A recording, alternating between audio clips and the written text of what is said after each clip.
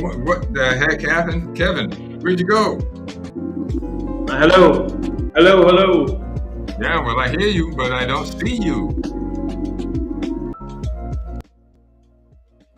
Uh-oh, then he just went out completely. Well, listen, we got some technical difficulties all day, but we're going to run this show on Restream. We are actually going to run the Restream. It's a little bit late, but we're getting it done. That's why you have different bumper music. That's the furry release bumper, as opposed to Bryson Gray. Let me get him in here.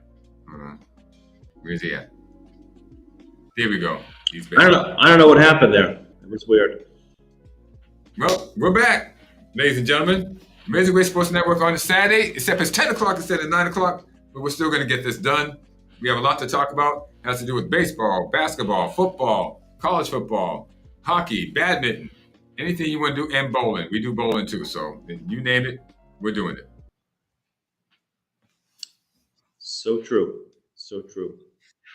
Let's get our bearings here, and once we get our bearings straight, we will jump right into the show. I think we were doing today. You know what? We can do the today in history thing. We actually have it. That we can. We have it on file. Technology. We have the technology. And the prayer. So let's get on to it. You can hear me. I can hear you. We are on Restream. It's time for us to do the prayer, and then we're going to get into today in history. Today's prayer is from Prayers for Victory in Spiritual Warfare. We are all fighting a spiritual battle, whether we know it or not. It is actually a spiritual battle. We think it's our brother-in-law. We think it's our sister-in-law. We think it's our son-in-law. We think it's our cousin. We think it's our mom or dad. But actually, we are in a battle against spiritual entities that are in these people, as well as the spiritual entities that are in us that we need to eliminate. So getting right down to it, we are in overcoming anxiety. Yes. Victory in marriage, overcoming fear and anxiety. And we are putting on the breastplate of righteousness. Let's get to it. Lord, I am not perfect, and I have done and said things that I am not proud of. When I don't feel worthy in your presence, I must remember that your promise of peace, protection, and provision is not based on my righteousness. It is based on the righteousness of Jesus Christ. His breastplate of righteousness is my breastplate of righteousness. It was secured for me on the cross through Jesus Christ. Amen. There we go. Seems like I'm gonna be the one running most of these things here because I have the mixer. Let's get on with today in history. Today in history.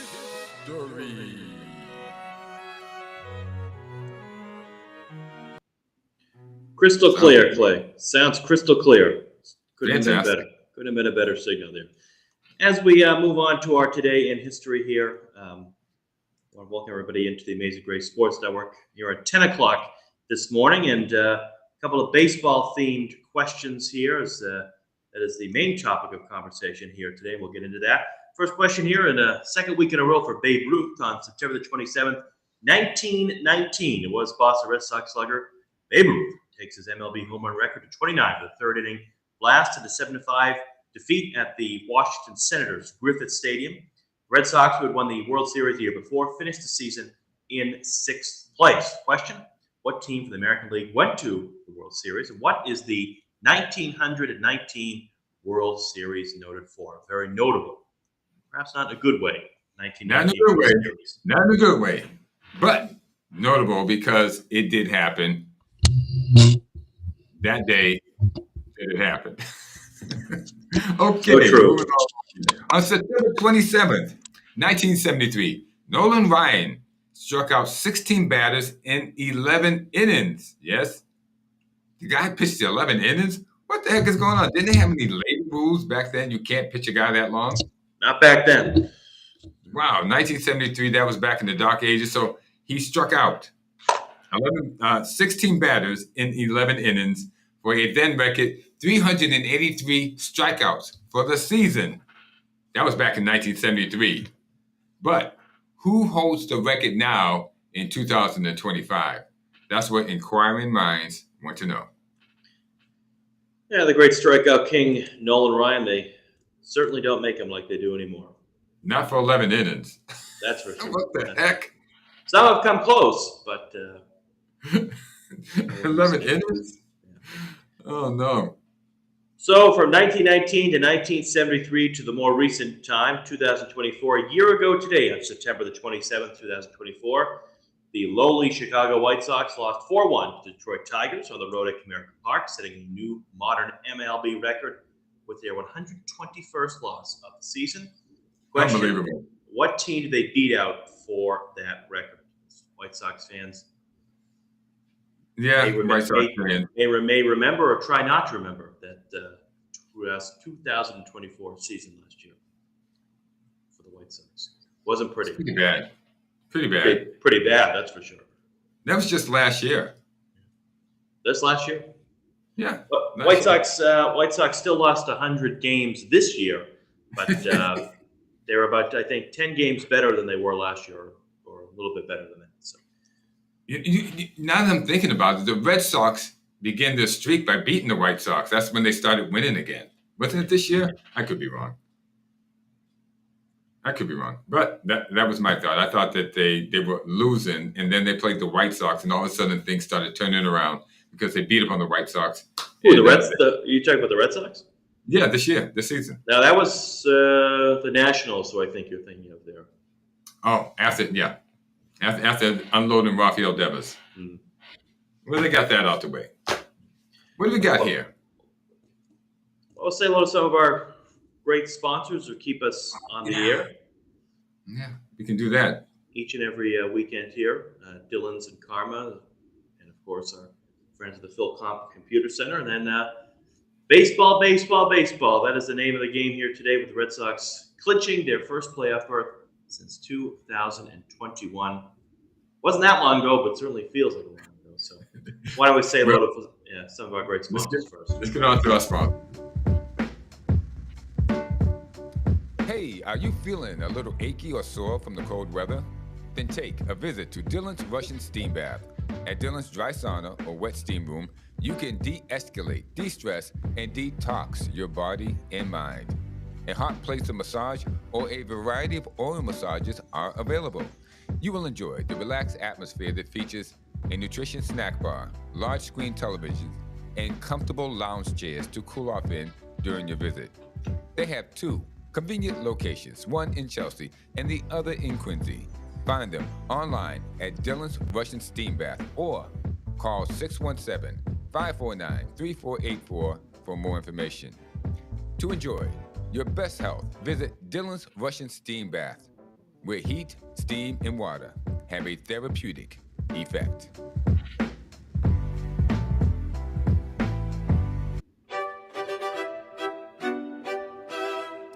Well, my friends, I want to talk to you about computers. Is your computer screen cracked or have a black screen? Is it slow to charge or does it exhibit abnormal battery drainage? Does your PC run slow or have keyboard issues? Well, then PhilComp Computer Center, located at 1690 Dorchester Avenue, is your remedy for all your computer and medical problems. PhilComp Computer Center has been in the computer repair, upgrade, malware removal, and data recovery business for over 20 years. Whether your computer is a Mac or IBM based, give them a call. Their number, 617-265-1910. That is 617-265-1910.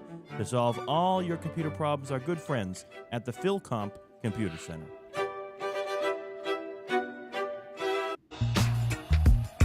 Do you want to live a happier, healthier lifestyle?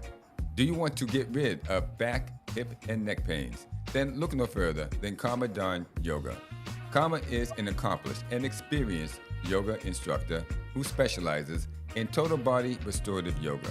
So whether you are young or old, short or tall, in shape or out of shape, Karma is your best choice. Check out her classes and times at karmadonyoga.com. That's karmadonyoga.com. Your body and mind deserve good karma.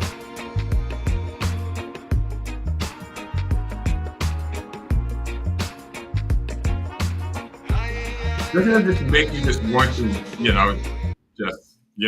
do some yoga? I mean, seeing her in those positions, don't you feel like you want to do that, Kevin? I could try it. I'm not sure how good I would be at it, but it does want me to take a steam bath or fix my computer too, though, in the process. We have Phil Comp for the computer, and we have Dylan's for the steam bath and the sauna. All your bases covered here on the Amazing Grace Sports Network. Well, speaking of having bases covered, the Red Sox last night, as I mentioned, Clay back in the playoffs for the first time since 2021 on a walk-off triple by Cedar Rafaela, bringing home Romy Gonzalez, a 4-3 comeback when the Red Sox were down 3-0 in that game. Kyle Harrison started the game on the mound. Didn't pitch strong, actually pitched pretty poorly. The fact that they were only down 3-0 was a good thing, because that game could have got out of hand pretty quickly. But I don't think we've seen this kid the whole season, so it's got to be a little rusty.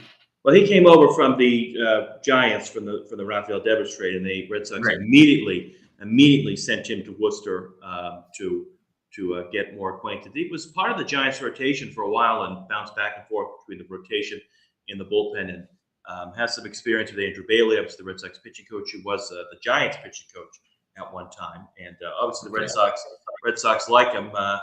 I'll take him over Jordan Hicks, who. How about Walker Buehler? Or for Walker Buehler, I even forgot about Walker Buehler. Remember him? I remember him. I remember him quite well. And Dustin May, remember him too? Oh my gosh! Oh, here we go. But anyway, that being said, we saw him last night, and I'm not sure where he factors in Kyle Harrison to a Red Sox playoff, either back end of the rotation or into the bullpen. That remains to be seen. But anyway, the Red Sox winning 4-3, taking care of business. The other storyline with that, well, several storylines in Major League Baseball. The final 2 games of the regular season. The Tigers themselves, they have found themselves in the midst of a chance to not make the playoffs play with a poor play all throughout September. They have given up. They have given up their lead in the American League Central to the Cleveland Guardians, who were 15 and a half games out in July and have stormed back mightily. And as the saying goes, you can never say never, and I think that's so true in baseball. We've seen time and time again. And so the Tigers themselves, after being strong all year and really being the best team in the American League, in a bit of an odd year for sure, the team sort of being all over the place, bouncing up and down. Who would have thought the Toronto Blue Jays would be as strong as they were this year? That being said, the Tigers and the Guardians tied for the lead in the American League Central. That's going to come down to the final game of the year. And the Astros outside looking in. The Yankees and the Blue Jays are tied right now for the lead in the American League East. The only team that has solidified their fate is the Seattle Mariners, taking care of business and clinching the American League West. So it's going to be a wild 2 days to finish the year. Glad the Red Sox clinched when they did. It was getting a little dicey there going into the final 2 games here, but they did what needed to be done, and it has been a roller coaster ride for this team. But I couldn't be happier watching the game last night, and just a real sense of wow, what a team, what a season. Well, I want to make a couple of points. And actually, I took this from somebody who was talking about this earlier. They've played so much better since Rafael Devers has been traded from this team. It was something that needed to happen. The way that this guy's attitude was affecting the team is obvious because they started winning right after he was gone. Stumbled a little bit, and then they caught their stride. Rafael Devers, great offensive player. Not a great third baseman. Bregman was brought in. Okay, Bregman's the better third baseman. You got to play Bregman. They told Devers, listen, no sweat. Just you do just do the designated hitter thing. It'll prolong your career. Bada boom, bada bang.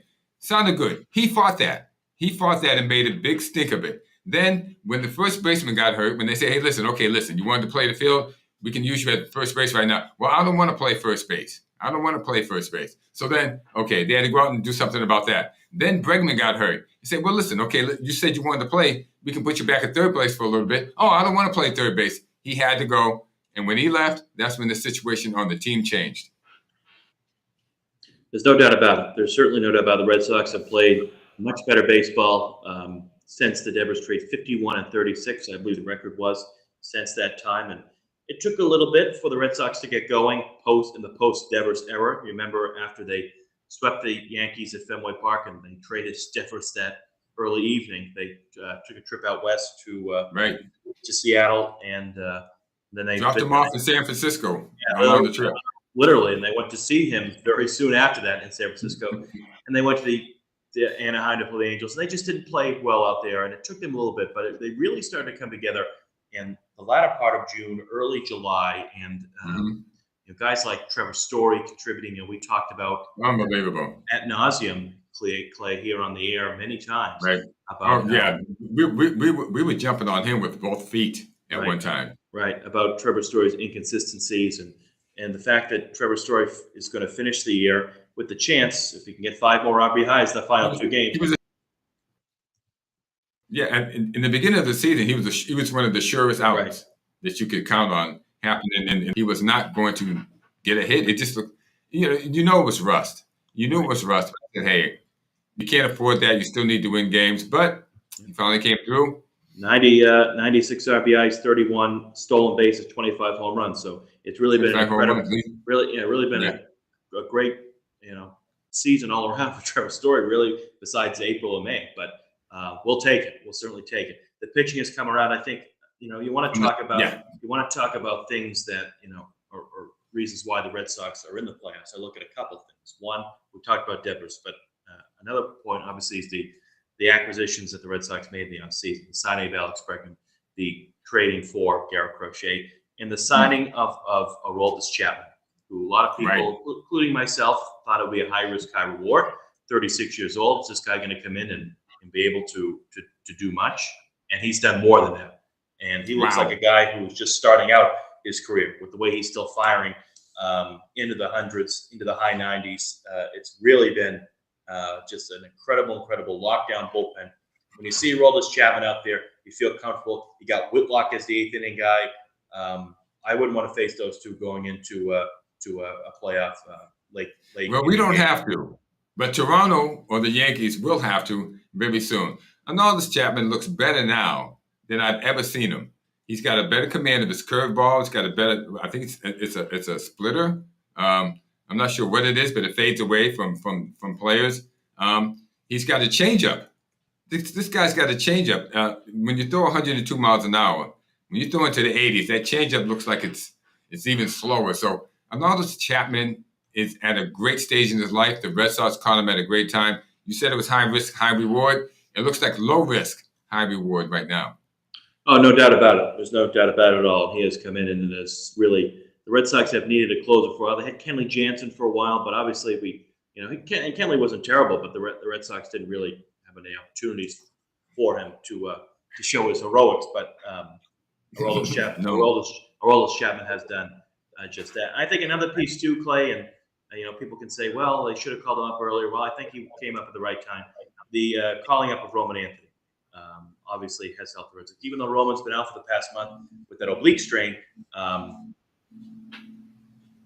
I think didn't help the Red Sox. No, he did. He came in and he was the best hitter. He was at one time. I was looking at him and I swear I was looking at the best hitter in baseball. Yeah. The guy was working walks.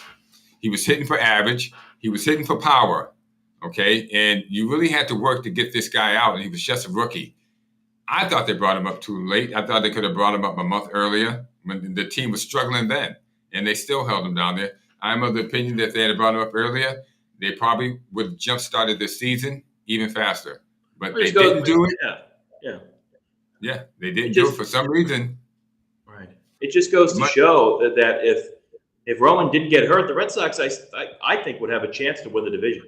I think he provided that much of an offensive spark to this lineup, particularly in the post Devers era. That's why I think it's critical the Red Sox re-sign Alex Bregman next year and surround himself. Obviously, hopefully we get to see Marcelo Meyer healthy and in a stronger role next year. Roman Anthony coming back healthy. I think this team, the pieces that they have.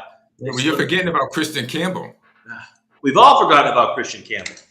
He's the one guy that started the year with the Red Sox and looked like he was probably going to finish the year with the Red Sox, but he was put in some very difficult situations by his manager.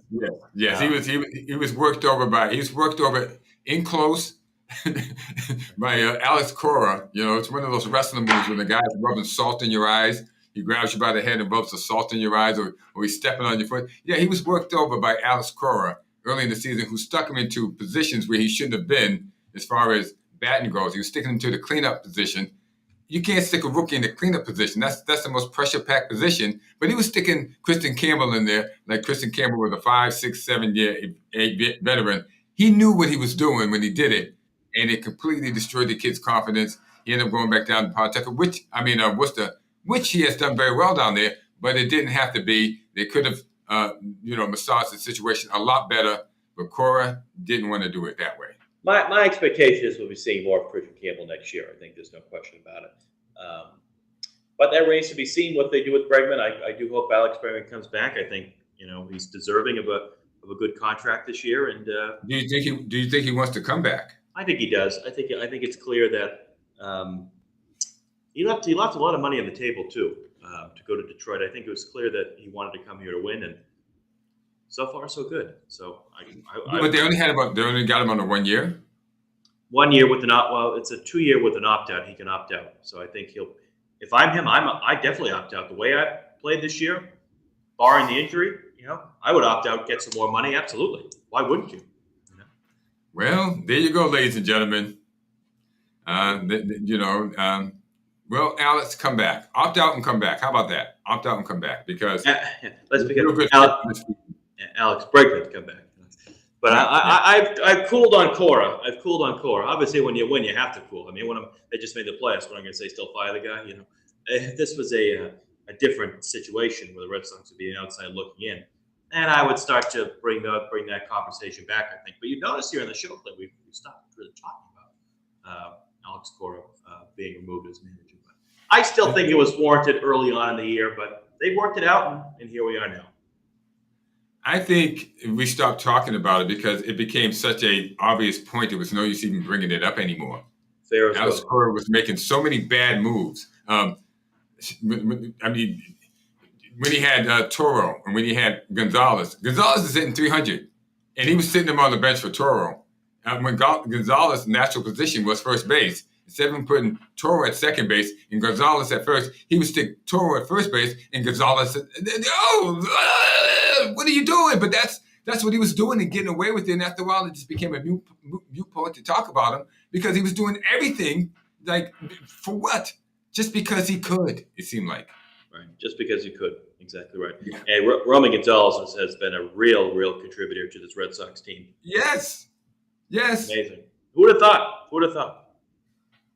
He's been batting 300 the whole season, over 300, and they platooned him.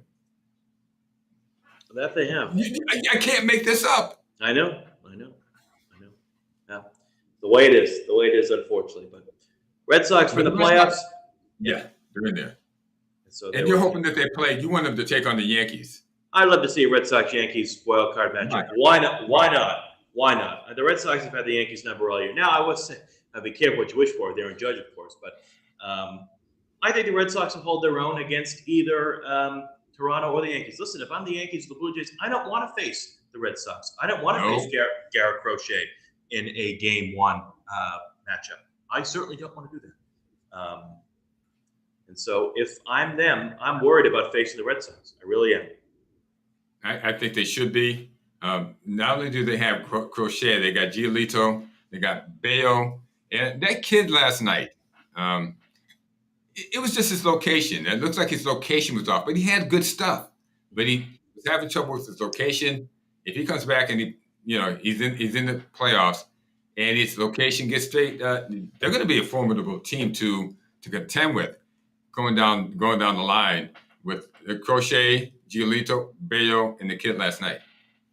I will say though, Clay, for the players, particularly Giolito and Bayo, whoever that's going to be the 2-3, that's whoever's going to be the second starter behind Crochet, they've got to pitch a little bit more consistently than we've seen this year. But more recently, they're not going later in games. Bayo got roughed up against the Blue Jays the other night. Giolito only lasted about 4 2/3 the other night against the Blue Jays as well. In a game the Red Sox won. They have to go deeper in games and they have to throw less pitches, especially if they want to succeed. These guys have never been in the playoffs before. Unless Giolito, in his time that he's bounced around, and I'm fairly certain Giolito has not been in the playoffs before. But I know there's no time better than the present. Certainly Brian Bayo hasn't been there, and Garrett Crochet has not been there as well. And actually, Giolito was with the White Sox when they went to the playoffs in 2020. But was 2020 even a real year? The MLB year? I'm not so sure. I'm not so sure. But anyway, that being said, 3 guys there that we hope will continue to be consistent. Yeah, well, I know the kid's name. It's Kyle Harrison. So if Kyle Harrison can get it, wrap it up a little bit together, get it together, wrap it up, make it a little bit more concise, tighten it up, and he gets his control, they could be a formidable foe in the playoffs. And yesterday, Alex Cora did do something right. He got the kid out after 3 or 4 innings. I think they had 3 innings. He pitched 3 innings, got to the 4th. Okay. Then he brought in 6 more pitchers. So he didn't waste time holding on to a pitcher. He pitched Justice Slayton, Matt Weissert, then had Kelly come in, then Whitlock, then Chapman. So he played, he tried out 7 pitches in all to make sure he got this win. Alex, you got that right. You got that right. You put him in there for spot duty. You worked lefty, righty hitters with lefty, righty pitchers. You worked that matchup and got the win. So keep doing it like that, Alex. No more of this craziness of playing favorites with rookies. Take care of those rookies because they're your future. No more craziness, says Clay. No more craziness. No more craziness, Alex. There we go. And looking at the standings in the National League, most teams have secured their fate. 5 out of the 6 teams have taken care of business. The final spot of the National League, the final wild card spot, will be either the New York Mets or the Cincinnati Reds, who have Cincinnati, who have leapfrogged the Mets, and they have won 7-3 the last 10 games, won 2 in a row. Terry Francona, obviously in his first year there, have sort of been back and forth all year, but the Mets in their poor play in the second half of the year have allowed the Reds to, at one point, the Arizona Diamondbacks to continue to be where they are, and the Reds have a shot to get into the playoffs, playing against the Brewers, the final. The Brewers have already sealed their fate, and the Mets down in Miami lost the first game Friday night, and the Marlins looking to play spoiler against the Mets. Come on, Cincinnati. Their payroll and Juan Soto and everything down there. What would a storyline that would be if the Mets missed the playoffs? I would love it. I would love to see the Mets miss the playoffs because, having the best player does not make you the best team. Okay? As a matter of fact, it brings a lot of resentment and it brings a lot of tension to the team and a lot of unwanted attention that a lot of players don't want to deal with. And this guy is that guy, Juan Soto. He's that guy who loves attention. It doesn't matter what happens to his team, and it shows. I was against signing this guy. I'm glad the Mets got him because nobody deserves him more, well, other than the Yankees, than the Mets. Okay? Speaking of these guys, Cincinnati, LED De La Cruz, outstanding guy. On-base percentage of such and such and such, but TJ Fry, Mac McClain, Spencer Steer, Gavin Lux. These guys are a low payroll team that has come together, and they don't need a superstar coming in there making, what was it, $75 million a year? That would completely destroy their chemistry. They're the reason why they make baseball exciting. These guys like this. Right. So come on, come on, Johnny Bench. Come on, ghosts of Joe Morgan, Pete Rose, Cesar Cedeno, all those guys from the Big Red Machine, Cincinnati. I hope it happens for you. Well, it's been a while since the Reds were in the playoffs. Yes. So, hey, they brought in Terry Francona for that reason. And so get it done, baby. Get it done. I'm riding with the Mets. The Reds. Riding with the Reds. Oh, yeah. I'm riding with the Reds. And we'll see what happens. The final days of the 2025 MLB season. Clay, it has been a roller coaster of a season, not just for the Red Sox, but for all these teams. And what made a regular season roller coaster ride, I think, will make it even more so for the playoffs. That is for sure. It's going to be exciting. It will be exciting. I can't wait for it to happen. Thank you, Red Sox, for making the playoffs. You have made our season, no matter what bumbles or whatever mistakes were made during the season by management, players, or the coaching staff. Let's get it together. Let's have some fun. I wish you guys the best. That's nice to talk about something good too when it comes to the Red Sox. And I feel like in the early part of spring, it was all fire Cora, fire Breslow. This team is yada yada yada, mediocre, and rightly so. I think rightly so. We had to say it. But listen, this team turned a corner and took off, and here they are now. They caught lightning in a bottle. They caught lightning in the bottle with Roman Anthony. Anthony, just like Crochet carried the team pitching wise. Roman Anthony came in and he was carrying that team for a couple of months. I mean, he really stabilized that team top to bottom because they had to face this kid who was going to be a tough out and was going to come through if you need him to come through for the most part. And he was a rookie. He was getting it done. It gave confidence to the team. It gave stability to the team. The team started looking at themselves differently. And I can't say enough for this kid. This kid was unbelievable. Hopefully they go long enough into the playoffs that he comes back. Right. He would be a great addition. And to knock on Rafael, there was just a little more. I don't mean to, but the San Francisco Giants going to the playoffs? No, they're not. So that being said, sorry, maybe next year. But I know he hit the ball better in the second half of the year. It took a while for him to get adjusted out there. But he still struck out a lot. He still struck out. He still struck. I think he leads. He's close to the top in striking outs. And we couldn't have him and Duran on the same team striking out as much as they were. It's bad enough you got one. You got to take one or the other, Devers or Duran, because each of them is striking out at least once a game. Now, the Red Sox had an opportunity to trade for trade Jared Durant. I can't speak. We just did an hour on the radio. I did not expect to do another hour on the stream here. So, and I got another 3 hours of the radio on another station. Kevin, I will bring you a lunch today. You tell me what you want, and I will bring it because thank you for doing the restream, coming back and doing the televised version. Because we did do the radio. We had some problems. So this is actually, we're coming back and getting this done because you know what? Because you guys deserve it. Absolutely. You guys deserve two guys who actually like talking about sports and have fun doing so. Jaron Duran, the Red Sox tried to trade, or teams try to acquire. But yeah, they tried to acquire him. I told you I would have got off that deal quick, fast, and in a hurry. But hey, listen, they don't pay me for that. I wish they did. No, actually, they do. But there's a lot more work involved. These guys actually do a lot of work. Breslow, Kennedy. There's a lot of work in the farm system. There's a lot of research and detail. So for sure. You know what? Good luck with that, guys. Good luck indeed as the Red Sox march through the playoffs. Tuesday will be the first game of the wild card round, and we will see where the Red Sox go, whether it's up to Toronto to play the Blue Jays at the Rogers Center or to the Bronx to face the Yankees at Yankee Stadium. We shall see what happens. I think we should do something with, commercials and then come back and do some football.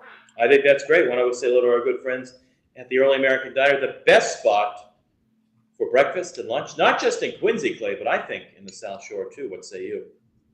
I think so. The food is. I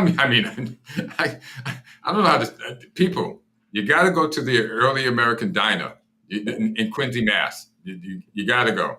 The food there is fantastic. Breakfast or lunch, try and give it a shot, and we think you will like it. Where do you go for the best breakfast and the best lunch in the South Metro Boston Quincy area? You go to the Early American Diner located at 1054 Hancock Street in Quincy. From their strawberry shortcake French toast to their famous corned beef hash for breakfast to the lunch menu, which includes a variety of burgers and specialty sandwiches such as the Waldorf turkey made with roasted turkey, apple slices, and walnuts.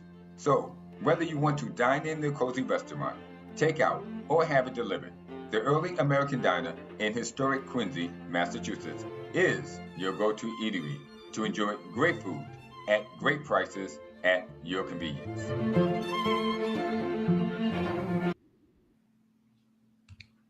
Good friends at the Early American Diner in Quincy, of course. We also want to say hello to our friends at Oyama Investments. All this stuff about taking yoga classes and eating and making me want to buy a house. So if you're looking for a smart investment or searching for a place to call home, well, we want to welcome you to Oyama Investments, where your dreams do find a foundation. At Oyama Investments, they're they're more than just your real estate partner. They're your trusted partner, building a secure future. Whether you're investing in a property that'll grow with you or purchasing a dream home, and make the process easy, transparent, and rewarding. Oyama Investments, they specialize in finding properties that align perfectly with your goals. Imagine yourself owning a piece of the future, or whether it be a luxury apartment, a commercial space, or a family home in the perfect neighborhood. And if you're new to the real estate investment world, well, don't worry. They are here every step of the way, helping you make informed choices with confidence. Real estate prices rising. There's never been a better time to invest. If you're ready to see your dreams come to life, visit www.oyamainvestments.com. Give them a call, 617-221-8881 today, where your vision becomes reality. That's our good friends at Oyama Investments. Here we go. I think it's the music. You got to love the music on that one, huh? Nice. It's very well done. Did you produce that? Yes, I did. Yeah. Well done. Pick it up. A little jazz. Actually, I'm going to tell you, my wife picked that out. Good. All good. I can't take credit for everything. That's all right. Oh, man. I'm only as good as the people around me. And that includes with you, Kevin. That includes you. Likewise. As we head to our discussion now on the NFL, heading towards Week 4, the Patriots coming off a loss at home against the Pittsburgh Steelers last week at the hands of Aaron Rodgers. Aaron Rodgers getting his first career win at Gillette Stadium against the Patriots. Patriots losing that game 20-14 in a day. Clay, that no rain in the forecast. The sun was shining. It was a beautiful Sunday afternoon, and yet Patriots turned the ball over 5 times, twice at the hands of Ramondre Stevenson. One fumbling at the goal line for a chance for the Patriots to score, which was completely inexcusable. Any fumble is inexcusable there, but Ramondre fumbling the ball twice, contributing to the Patriots' loss. That's never a good feeling. Never. Drake May also fumbled the ball and threw a pick. Wasn't pretty. Yeah. Was not pretty against a Pittsburgh Steelers team that is very beatable. There's no question about it.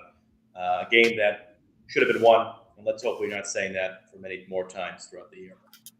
Tell me, what do you think? Okay, turnovers aside. I mean, turnovers aside, they're still stumbling. Why do you think they're stumbling? Defense-wise or offensive-wise, why do you think they're stumbling?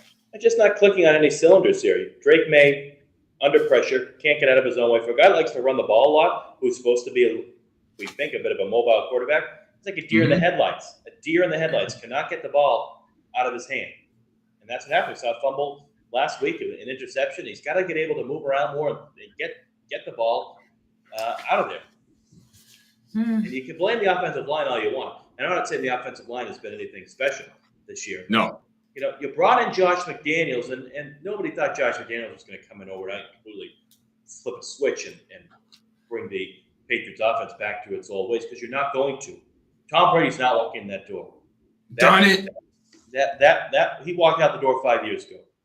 This is a. Well, he got pushed out. He got pushed out the door 5 years ago by Belichick. He wasn't much of a walk. He got pushed. I don't think he wanted to walk out the door. He got pushed. That's a fair point. But that being said, you're bringing McDaniels to try to do something here, do something better than what we've seen in the past couple of years. And we look at it now, and even with different guys out there, it's saying to myself, it's like the same team. It's like the same team. Correct. Yeah. Correct.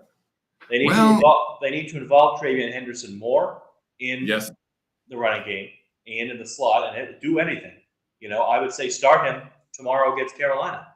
Start him against the Panthers. Yeah. There you go. Mike Vrabel said, "Well, we don't have any. We're not going to discipline Ramondre Stevenson." Well, nobody's talking about suspending the guy, but don't start him. A message has to be sent. You fumble once, okay. It's never good to fumble, But then you fumble twice. I mean, reminds me, you've been around the league enough. You've had these fumbling troubles years on end. You've not been able to figure it out. And I stood up for you against this guy here who said you should be cut. He did. Cut from the He stood team. up for you because I wanted you to go. I wanted you gone in preseason, Stevenson. Yeah, if it had been up to me, Kevin stood up for you. Said no, great. But I think you've narrowed it on offense. Two of the main parts, and that is Drake May and Ramondre Stevenson, both guys who made mistakes last week and have been continuing to do so for the first 3 games of the season. Drake May, I still have a problem with. You should have picked up the phone and called Tom Brady. Tom Brady should have been walking through that door, but just to meet with you, Drake, or he should have been meeting you at the field, or he should have been meeting you at your house. He should have been meeting you on Zoom. You should have been picking Tom Brady's brains like a guy who's trying to learn the secret formula to youth, okay? Which, as you get older, you're going to try to do. But anyway, what I am saying is, Drake May, you have not put enough time in trying to reap the benefits of Tom Brady, or Tom Brady having such a tight relationship with the New England Patriots. It is hurting the Patriots. You have to put more time to it. You have to spend time with your receivers. You have to fly your receivers out. You have to do all the things that Tom Brady used to do, because those are the things that are going to lead to success, not losing at the end of the game. And Ramondre Stevenson, Kevin did stand up for you, and I was vehement. That they should have traded you away in preseason. Now, this is nothing bad about your personality, nothing bad about your character, okay? But that's like playing Reggie Lewis when, Reggie Lewis is a great player, so I'm not even going to name him. But it's like having a person in there, and then Michael Jordan shows up. I don't care who you are. You should not be playing in front of Michael Jordan, okay? That's just the way it is. He's a better player. And Ramondre Stevenson is a better running back than Trevion Henderson. It sends the wrong message to the team. It says to the players. It sends the wrong message to us fans when we know the better running back is sitting on the bench, and the guy who might be the second or third best running back is the guy who's starting. Mike Vrabel, you said you were a tough guy. You're not. You're a wussy. You're a wussy because you should have traded away Ramondre Stevenson. That was the tough decision that had to be made, not those little decisions like letting Jabril Peppers go, okay? You didn't have to, okay? You should have made the tough decision. The tough decision was really Ramondre Stevenson, and that would have showed the team that you were in charge and you were ready for business, and this is the way it's going to be. Well, for the first 3 games, the Patriots have committed 27 penalties, 6 turnovers. Wow. That's your record. Last year, the first 3 games under Gerard Mayo, 13 penalties, 1 turnover. One turnover. One. With Gerard Mayo. Of course, that would pick up as the season would go along, though. Yeah, that's for sure. 6 so far for Unbelievable. Mike Vrabel. Unbelievable. Some good news on the defensive side. Looks like Christian Gonzalez is coming back finally after being out. It's clear it was needed. Who was the guy? Austin last week, the cornerback, Alex Austin. He was terrible. Really bad. Well, the kid was a fill-in. They didn't draft anybody, for that position because they had Gonzalez. But it was a matter of time for Gonzalez to get back from being injured. And the last thing you want is a player out there who is still feeling the effects of the injury and can't play at full speed, can't do the things he needs to do. He's only going to hurt the team. So nobody's going to call the kid a malingerer. We all know that he's itching to get out there. It was just going to take time. And if it took another week, I would still be okay with it because I'd rather have him come back at 100% and feeling confident and comfortable than coming back playing at 75, 80%. He's just going to hurt his brand. He's going to hurt himself. He's going to hurt the team. No, I absolutely agree.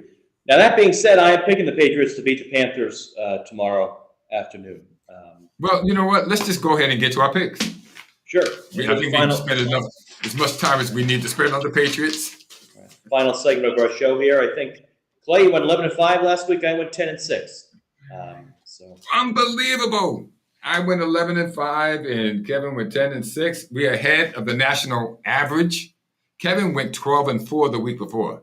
I felt bad. I had to cool off for a week.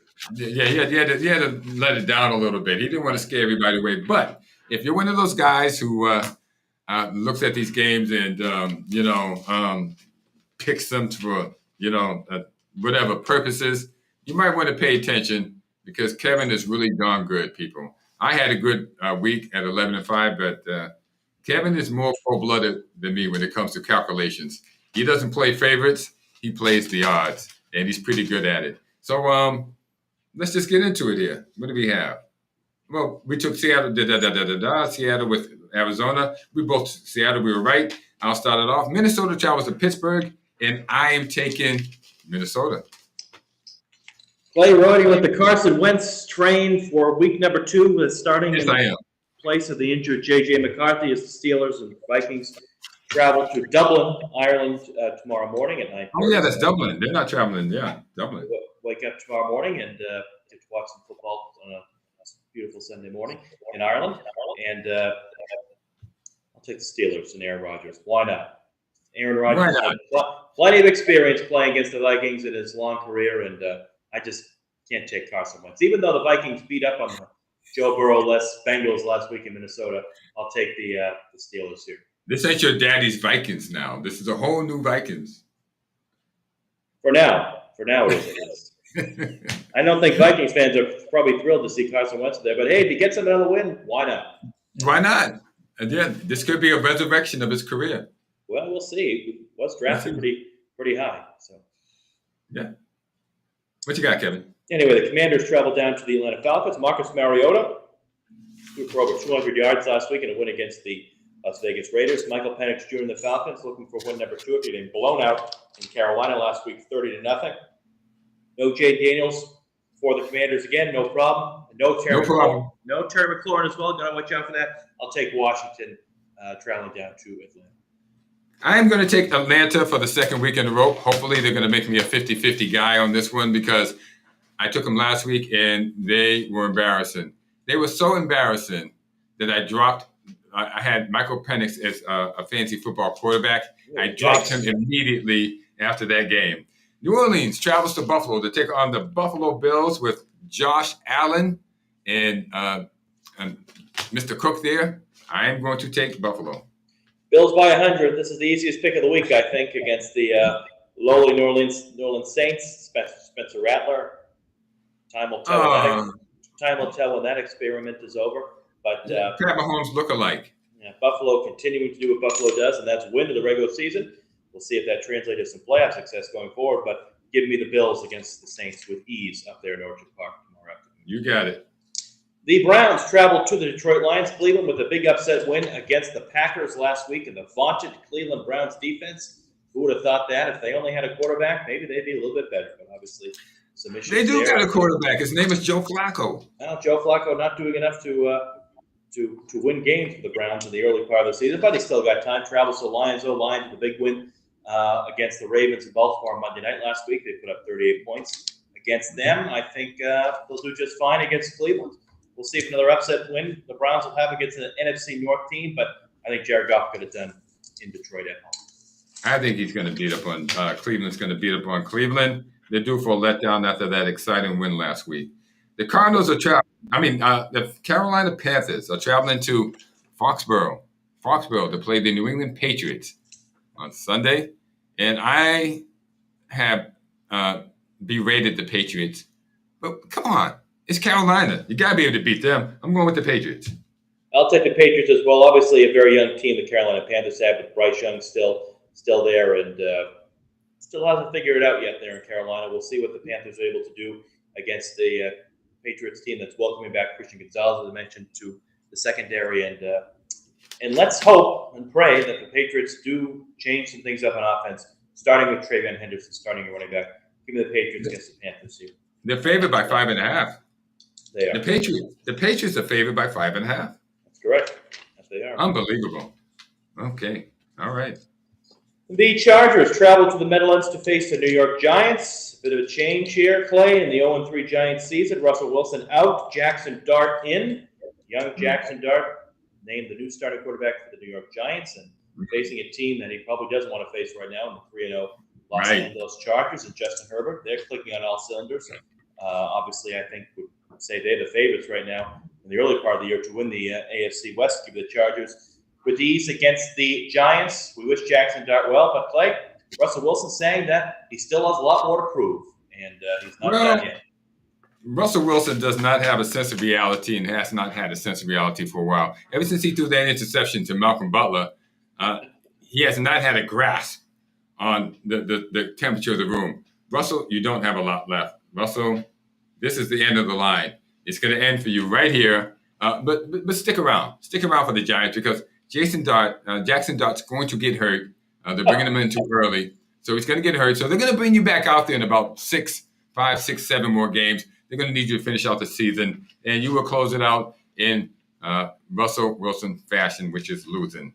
That being said. Don't forget, though, Jameis Winston is there, too, as their third string. They may say Jameis at some point. Yeah, the trifecta. Russell Wilson and rookie Jackson Dart and Jameis Winston. Speaking of, we'll just move on. Philadelphia is going to travel to Tampa Bay. I'm taking Los Angeles. Philadelphia is traveling to Tampa Bay. I'm going to take Tampa Bay. You're going to take the Buccaneers at home. This will be a really great 1 o'clock matchup, as we saw last week. The Eagles and the Rams at 1 o'clock, and the Rams had many opportunities to win that game. Couldn't do it. Let the Eagles come back and win. Tampa Bay's battled the Jets down there as well. They took care of business. Give me the Eagles on the road against Baker Mayfield, which I expect to be a shootout. No Mike Evans in that game, but Chris Godwin is back.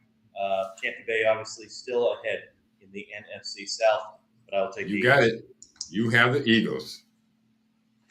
From the NFC South to the AFC South, we go in a battle of 0-3 teams. If you listen to us on the radio, the Texans have won a game. Maybe they should have, and they haven't done so yet. Both teams in 0-3. Cameron Moore, their one overall pick, obviously, the Tennessee Titans. Playing not terribly, but not good enough to win, obviously. Nope. And against C.J. Stroud, the Houston Texans, not a good start to the year for them. I will take Houston, though, at home for their first win against the Titans. Cameron Ward is suffering from something known as being a rookie. Being a rookie and trying to adjust to the NFL.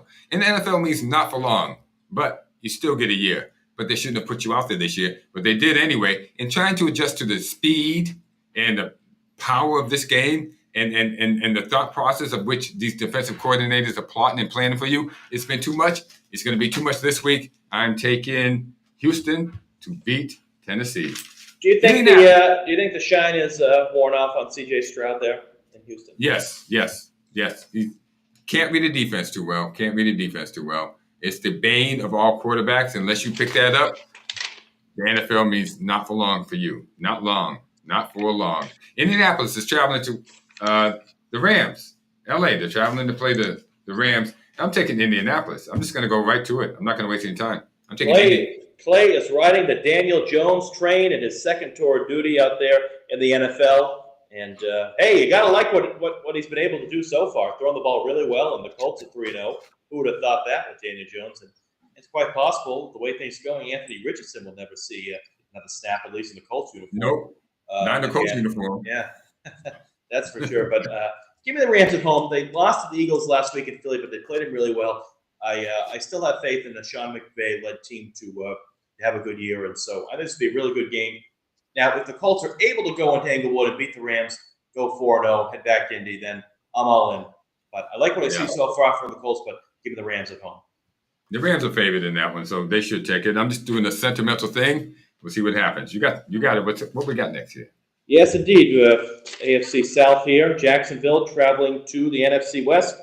Santa Clara to take on the San Francisco 49ers. Good to see old friend Mac Jones. But Mac Jones won't be starting in that game. Darn. Brock Purdy is back. Mac went 2-0 in his service as starter. Did well. And the San Francisco Giants at 3-0. Jacksonville coming in at 2-1 with a win against Houston last week. Jacksonville playing okay, not playing great, playing better maybe than they were, and hopefully they can keep Trevor Lawrence healthy. And still waiting to see how much of an offensive role Travis Hunter will play in the Jacksonville scheme. But give me the 49ers to go 4-0 at home in the NFC West to continue their lead there. I left my heart in San Francisco. Yeah, I'm going with San Francisco for this game. It's a tough place to leave. Tough place to leave it. Yeah. I'm going to go back and get it and just take it somewhere else.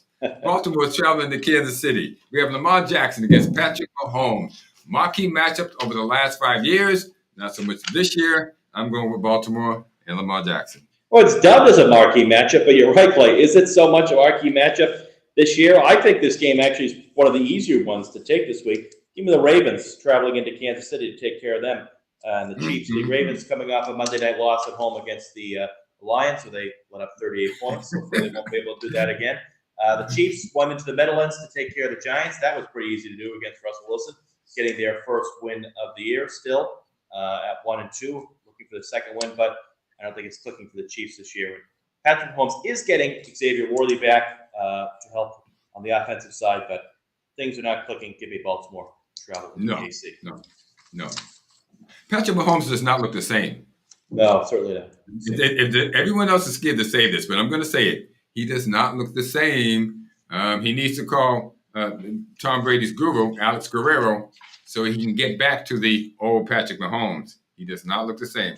It's interesting we're saying that because for years we've had to listen to people saying when Brady struggled, Brady doesn't look the same. Brady's look the same. And he silenced the critics there. I'm not comparing that situation to Brady's, but right. It's obviously interesting looking at the other side of where things are for what we've had as Patriots fans had listened to for so many years. But that being said, that's what happens when you're in a dynasty now. The expectations are high. Yeah. All right. Yeah. Clay's favorite team, the Chicago Bears, who we took last week to beat the Dallas Cowboys, and they did it home, traveled to Vegas. Second city, baby. Second city, Chicago. I'm with you. Come on, Chicago. Rise from the ashes like a phoenix. Rise up, Chicago. Rise up, Bears. Make yourself heard, felt, and known. So I think it's clear Clay is ready to take the Bears again for a second week in a row. Over Pete Carroll, Geno Smith, and the Raiders at home. Raiders coming off a tough loss against the Commanders last week in a game that didn't even have Jaden Daniels in it. I'll be with you, Clay. Listen. We talked about the NFL very early on in the early summer. I had said that the Bears were a team that I think could surprise a lot of people. They obviously, I thought last year they were 4-2. They looked pretty good, then they just completely fell off the reservation there. With Ben Johnson there, I think he's the right coach at the right time. I think the Bears, if they can continue to click on cylinders on the offensive side, can surprise a lot of people. That being said, I'll take them to beat the Raiders here in Vegas. Well, I'm right with you there. I love Chicago, but I'm going with Vegas on this one because I want to roll the dice. He just wanted to say that. I want to roll the dice here. See, I want to come up lucky 7. There it is. So I'm going to go with Vegas at home, just squeaking it out over the Bears, and we'll see what happens. But you're taking Chicago. I'm going to take Las Vegas, and we'll move on. Green Bay is traveling to Dallas. I think this is something we both can agree on. Green Bay is traveling to Dallas to take on the Dallas Cowboys without CD Lamb and with Michael Parsons on the other side of the ball. I'm taking Green Bay. Well, it's going to be tough for Cowboys fans, whether you're at the game or watching, to see Michael Parsons come out of the tunnel there at Jerry World in a different uniform. Must be wondering yourself, why can't we get players like that? Well, you did, and you couldn't keep them. Blame your general manager and your owner there, however way you want to look at it. But I'll take Green Bay in this one. I said Green Bay with ease last week against the Browns, and they obviously were upset. But that happens in the NFL, and I think they'll take care of Dak Prescott and the Cowboys in another NFC North, NFC East matchup there. Dallas losing badly to the Bears last week. I expect another result there on Sunday night for Green Bay and Jordan Love to get back on track. Clay mentioned no CD Lamb, so give me the Packers there against. Okay. Me and you both are in Packer camp. We're on Lambeau Field camp there, even in Dallas. And the next one there, what we got here, Kevin? Yeah, it says we head to Monday night. Well, I don't think the ratings on ESPN are going to be as high for Monday night. Maybe you can find something else better to watch. But 2 Monday night games on Monday. The first one at 7:15 down there in Miami. The Jets traveled to the Dolphins. I heard Clay, by the way, tickets for $30, which is a joke. Yeah. I heard this game is being flexed to the Comedy Central channel, I think. As well as should be. Yeah. Pair of all 3 teams. One team is going to walk out of there with a win. And I think that'll be the New York Jets. I think the Jets, even though they have lost the first 3 games, I think it's interesting their head coach Aaron Glenn saying this is not the same old Jets that we've seen in years prior. Well, you still lost 3 games, so I appreciate the attitude adjustment and things like that. You still have lost 3 games in a game that They probably should have won against the Buccaneers last week, but they gave Baker Mayfield too much time to come back. That being said, there are so many problems that we can't get into with the Dolphins right now that it just would take us too long to unpack it all. So I'll take the Jets in this one. I would take the Jets, but the Jets are always doing Jet things. Justin Fields is going to be back against the Dolphins. Oh my gosh. Yeah, it says he's set to return for Monday night. So we still have a couple of days away, 2 days away. I was going to take Miami based upon who was the quarterback when Fields was out. I'm not even sure, but Tyrod Taylor. Yeah, I was not going to take Tyrod Taylor traveling. I'm torn. If Fields is going to play, but it's not sure. I'm taking Miami. I'm just going to take Miami, and so we'll find out. I know, but the Jets always find a way. I expect Miami to lose because they're just a bad team. But the Jets, it's not the same old Jets. Not the same old Jets. It's the same old Jets. I don't know how bad have the Jets. The Jets haven't been relevant since Rex Ryan was there. That's true. Kind of think of it, the Rex Ryan, Mark Sanchez era. Yeah, they flirted with a playoff run like 10 years ago with Ryan Fitzpatrick when Todd Bowles was the head coach, but they couldn't get in. But oh my gosh, Todd Bowles! I almost want to change my pick, that Philly pick with Tampa Bay, that you reminded me who the coach is. But let's move on. Cincinnati is traveling to Denver. I am going to take Cincinnati in this one. I'll give you a minute. Yes. I'll give you a minute. You sure you want that? Oh my gosh. Denver is, yes, I am going to take Cincinnati in this one. Okay. Even without Joe Burrow, Clay trusts Jake Browning, even though they were blown out by the Vikings last week up in Minnesota. The Broncos coming in with vengeance. They lost in a close game against Justin Herbert and the Chargers. They want to stay in the hunt in the AFC West. A lot of people thought Bo Nix and Sean Payton, this should be the year for them to turn the corner and start to take charge. Haven't seen that yet in the first 3 games. And this is an opportunity that they need to win. And I think they will against Mr. Browning and the Bengals. There you have it, ladies and gentlemen. The 2 best prognosticators when it comes to picking games in the history of the NFL. We shall see. Giving you the analysis of what should happen and why. Some fluctuation, and we can't agree 100%. No, we don't. I'm going to tell you though, I'm tempted. I'm tempted to take the Jets if Fields comes back. I'm not too sure they're going to claim, but they're probably going to clear him. You just never can tell. The 2 attacks is the situation that's waiting to happen again. The guy's going to get laid out. He's going to be laying on the field shaking. I don't know of 2 worst franchises in the league other than the Jets and Miami right now. Seriously, worse than Panthers. The Panthers are trying. Jacksonville's trying. But these guys, the Jets, why would they bring back? And this guy's never been a head coach anywhere. Was he an assistant coach? No, I think he was just an assistant coach, not even a full coordinator, right? He's been part of the Shanahan coaching tree. But he hasn't even been a full coordinator anywhere. He was the offensive coordinator for the 49ers for a year. Oh, okay. Then I have that wrong. I thought he was an assistant coach, but not a total offensive or defensive coordinator. But just for a year, that's good enough for the Jets. And there we go. Oh, you talking about the Jets or the Dolphins? The Jets.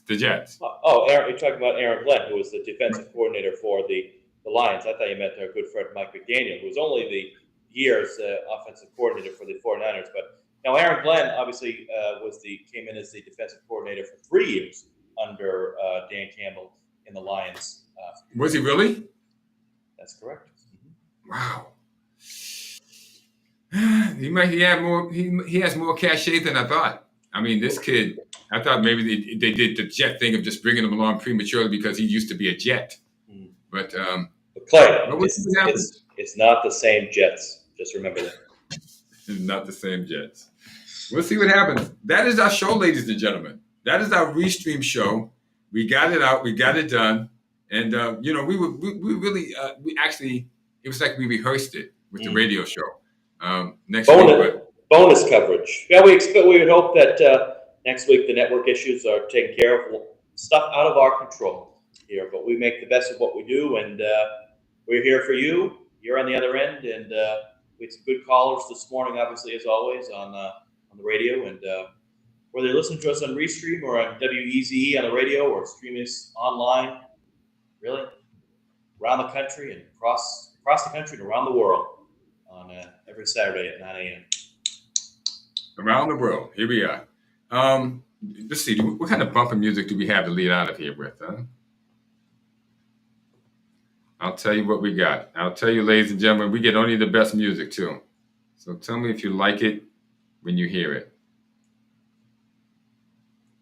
No, I can't play this. I want to play this, and they gave me a hard time on YouTube, saying it was presidential. It was presidential music, and they didn't like it. So we're going to give you Fur Elise again. How's that?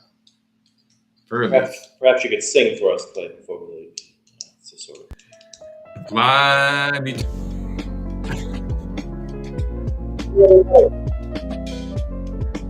Not bad. All right.